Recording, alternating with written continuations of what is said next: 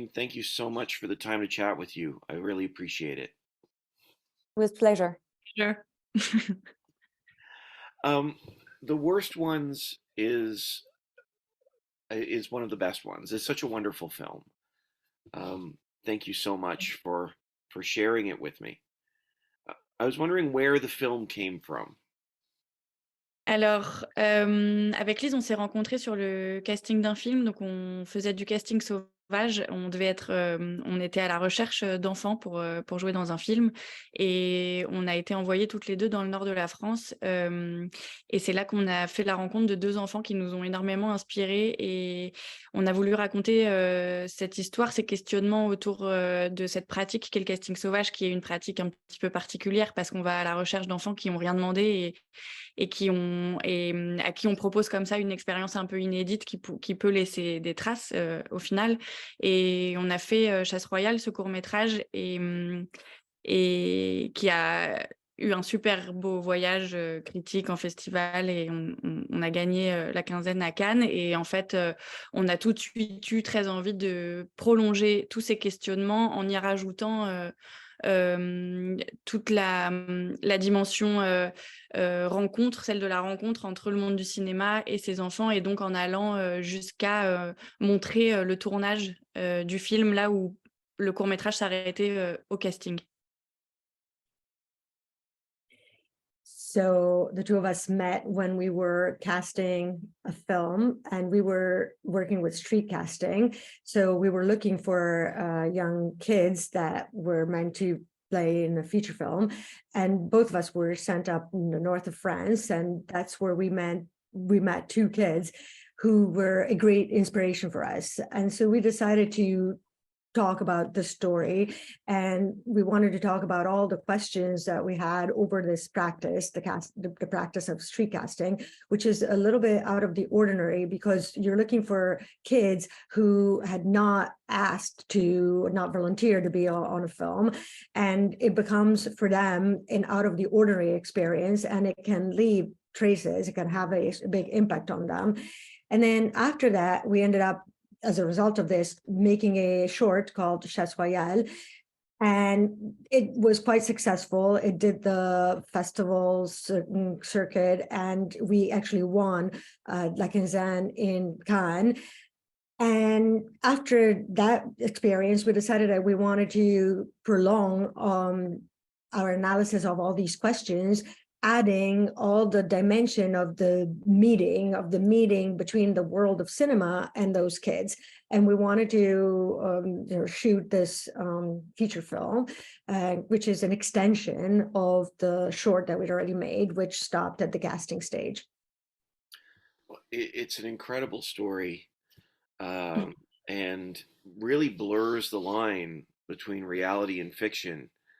And I was wondering, from your perspective, what was the process like developing the story for this? Because it, as the film began, I didn't know it was fiction, and I honestly thought it was a documentary, and then it sort of unravels into this wonderful story. What was the intent of blurring those lines for you? Alors oui, il y a il y a une ligne un peu floue entre fiction et réalité. Effectivement, c'est quelque chose qui revient souvent, qu'on nous dit. C'est pourtant dans le processus de fabrication vraiment une fiction purement, puisque tout est écrit et que les enfants sont des acteurs et jouent pas leur propre rôle et ont appris leur texte.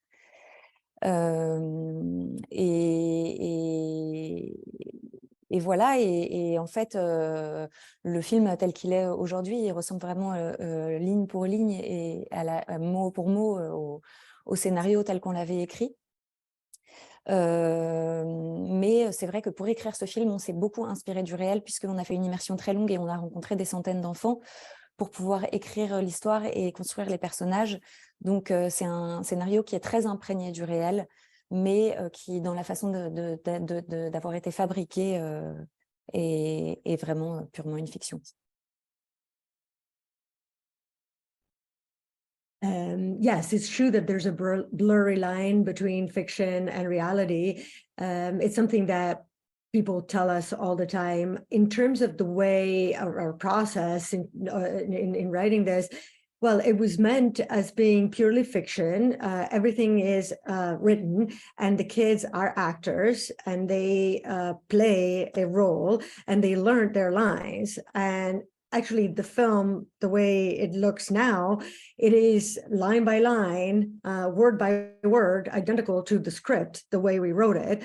But having said that, when we wrote the script, we were deeply inspired by reality because we spent a very long time immersed in that reality. We met hundreds of kids like that to be able to write the story and to be able to build these characters. So it is a script, but it is a script that has plunged really deep into reality. And so the way it was created is truly authentically a work of fiction. Et je voudrais juste ajouter que c'est important pour nous d'affirmer ça parce que ça raconte toute l'ampleur du talent des enfants qui sont les interprètes de ce film, qu'on n'a pas choisi pour leur nature sauvage, indomptable, mais pour leur talent d'acteur. Et c'est ce que raconte le film aussi. C'est le talent inné et assez mystérieux qui habite certains enfants. I just wanted to add that it's important for us to state that because it's a testament to how wide the talent in these kids was, the actors in our movie. We didn't choose them because they had this wild, untamable nature, but because they were talented actors. And we wanted to discuss the innate talent and mysterious talent that inhabits certain young kids. You know, and that's obvious. These kids, you know, as I'm watching it, they're playing kids who are playing actors, and there's this multiple layers. They're doing a tremendous job. One of the things that I thought was so fascinating about the story, though, too, there's a conversation it seems to be taking on about the responsibilities of storytelling. I was wondering for you both, since there were these blurred lines, what do you think the responsibility is of storytelling? Is it because we have these families who are saying you are creating stereotypes or reinforcing stereotypes of our community? Um, so, do you think that the responsibilities of stories is to dispel stereotypes or portray things in a more honest way? How do you decide what is important to bring out in the films in this film?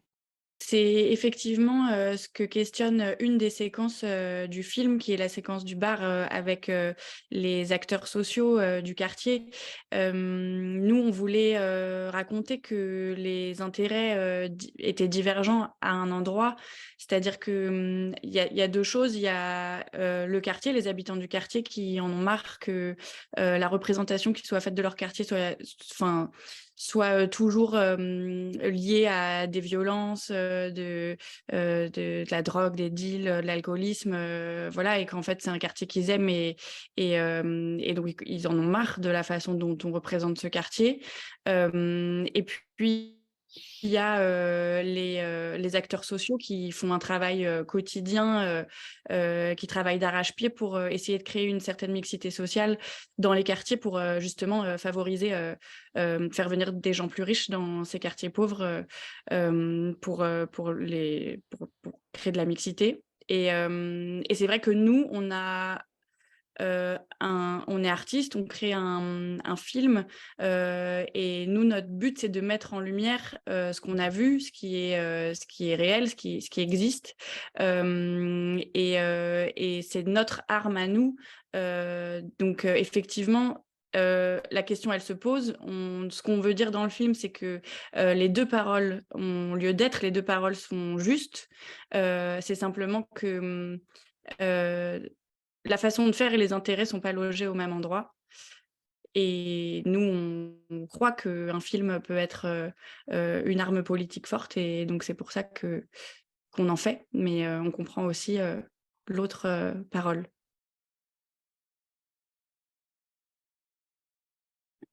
Yes, actually, this brings me to one of the sequences in the movie, the bar sequence in which you have all the social workers from the neighborhood or the social components of the neighborhood. And we wanted to talk about how there were diverging interests in the same place. There's two approaches. On the one hand, you have the people that live there who are sick and tired about this representation of this neighborhood, which is always connected to violence and drugs and dealing and alcoholism. And they love this neighborhood and they're sick and tired of being depicted that way.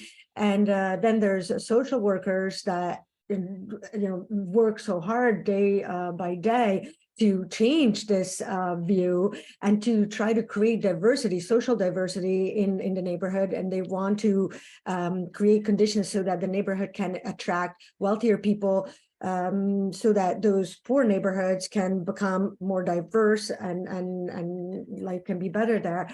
And as artists, we are making this movie because that's our way of shining a light on the reality that we saw that exists, and filmmaking is our weapon that we have to tackle this question. So what we wanted to show is that there are these two worlds, these two approaches, and these two stories, these two narrations, and both narrations are correct. They're there. And it's just that interests don't reside in the same place. And we believe that film can be a political weapon, a strong one at that. And we make movies for that reason, but we also understand the other viewpoint.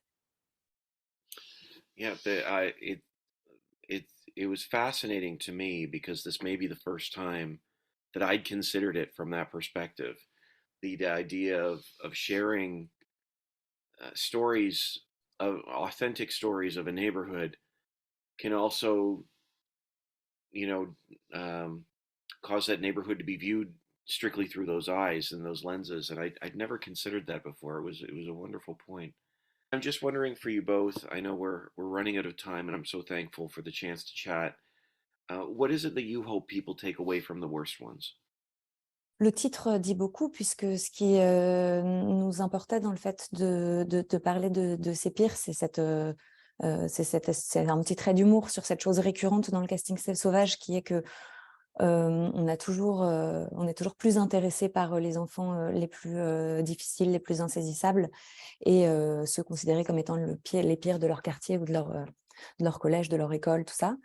Et voilà, ce qu'on a envie de dire, c'est de tordre un peu le cou à ces stéréotypes-là et de dire que ces enfants qui sont considérés comme les pires à un endroit deviennent en fait les meilleurs à un autre, et les élus, les héros d'un film.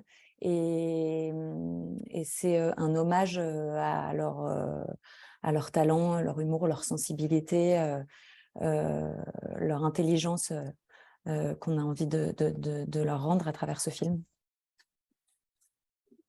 Well, the title says a lot, because what we were interested in was talking about those worst ones.